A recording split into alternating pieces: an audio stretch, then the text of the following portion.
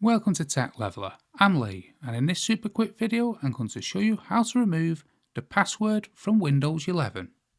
So first things first, click on the Windows sign here on the taskbar and come up to your settings. If you don't see the settings here in the pin section, search out for it here at the very top. As here in the pin section, so we'll select that. Now you want account here within the settings on the left hand side.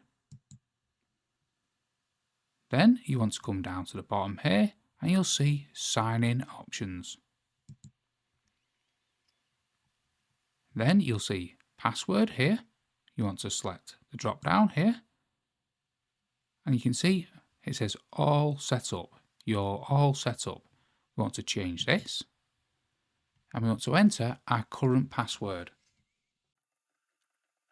Then we want to press next. Now we want to enter a new password, but as we don't want to enter a password, we can leave it blank and we can leave the confirm password blank and we can add a password hint. So we can press next. Then once we've done that, we can press finish. And now when you need to enter the password, you won't need to enter anything. You can just press enter.